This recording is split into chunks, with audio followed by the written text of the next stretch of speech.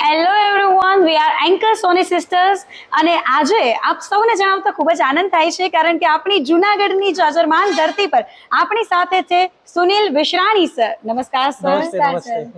First of all welcome to Junagadh. અને અમારું જૂનાગઢ કેવું લાગ્યું?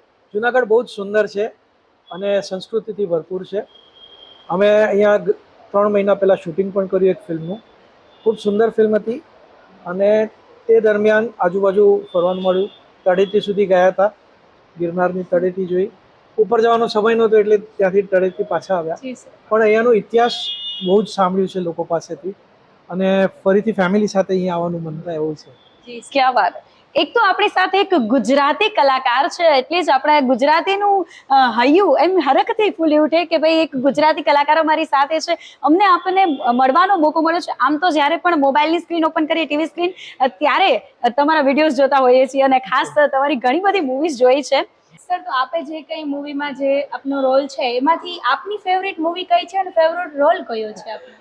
તમે એમ પૂછો કે કઈ ફેવરેટ છે તો અમારા કલાકારો માટે મુશ્કેલ થઈ જાય કારણ કે અમને બધી જ મૂવીમાં કામ કરવાની બહુ મજા આવી હોય, કારણ કે અમે દિલથી કામ કરતા હોઈએ, પ્રિપેર કરીને કામ કરતા. એટલે એવું ન કહેવાય કે આ ફેવરેટ છે ને આ પણ અમુક આર્ટિસ્ટ સાથે કામ કરવાની, જે કો આર્ટિસ્ટ એમની સાથે કામ કરવાની બહુ વધારે મજા આવે. એમાં મનોજ જોશી સર છે કે પછી સંજય ગોરડિયા છે, સિદ્ધાર્થ રાંદેરિયા છે અને નવા કલાકારમાં પ્રેમ ગઢવી, જયેશ મોરે, ઓજસ રાવલ, પછી એકદમ સિનિયર ગુજરાતી આર્ટિસ્ટ હિતેન કુમાર, હિતુ કનોડિયા, આ બધા સાથે કામ કરવાની મને મોકો મળ્યો છે. હું પહેલાં મુંબઈ રહેતો હતો અને ત્યાં હિન્દી પિક્ચર સિરિયલ્સમાં કામ કરતો હતો. ગુજરાતી નાટકો ખૂબ કર્યા. તે દરમિયાન બોમ્બેના આર્ટિસ્ટ સાથે કામ કરવાનો મોકો આવ્યો. પછી જ્યારે ગુજરાતી ફિલ્મમાં કામ કરવાનું શરૂ કર્યું ત્યારે ગુજરાતીના દિગ્ગજ કલાકારો સાથે અને નવા યંગ જનરેશન સાથે કામ કરવાની મજા આવી. હમણાં જે ફિલ્મ માટે અમે અહીંયા આવ્યા છીએ પ્રમોશન માટે, એનું નામ છે સંઘવી એન્ડ સન્સ. એમાં પણ બહુ બધા કલાકારો છે, 36 કલાકાર છે ટોલ મને ગણીને. તો એ બધા સાથે કામ કરવાની બહુ મજા આવે.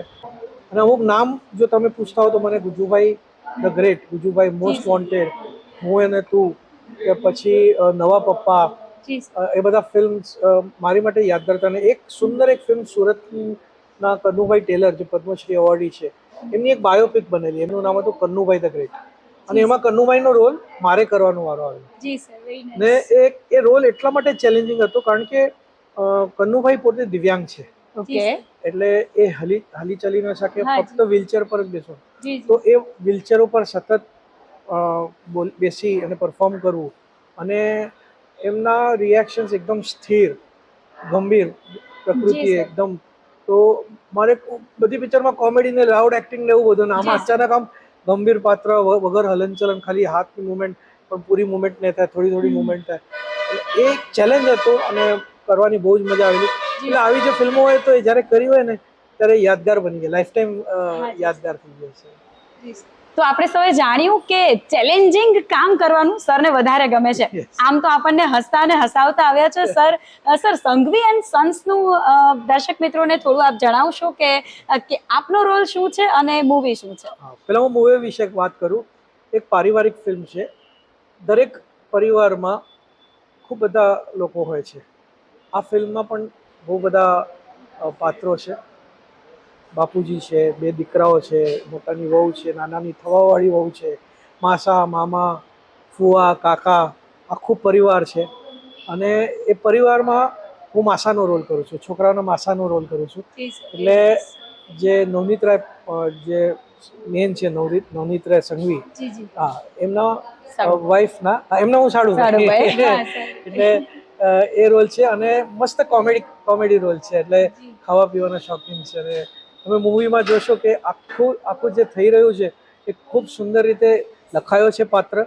અને એને ભજવતી વખતે ડિરેક્ટર ચંદ્રેશભાઈ ભટ્ટ છે અમારા, એમણે જે ઝીણી ઝીણી ચીજો બહાર કઢાવી છે. એટલે આખો લોકો માટે એક એન્ટરટેનમેન્ટની જે વ્યાખ્યા હોય ને, મજા આવી જાય, એવો કેરેક્ટર છે. અને ફિલ્મ પણ એવી જ છે. સોશિયલ ઇમોશન્સ પણ બહુ છે આ ફિલ્મમાં. જે ફેમિલીમાં જ્યારે કોઈ ઘટના બને, જે ઇમોશન્સ આવે એ પણ છે. બિઝનેસમાં ઘર્ષણ થતું હોય, બિઝનેસમાં પ્રોબ્લેમ થયો હોય, એની વાત પણ છે. એટલે આપણે રોજિંદા લાઈફમાં આપણે જે જોતા હોઈએ પરિવારની અંદર, એ બધું જ આ ફિલ્મમાં જોવા મળશે.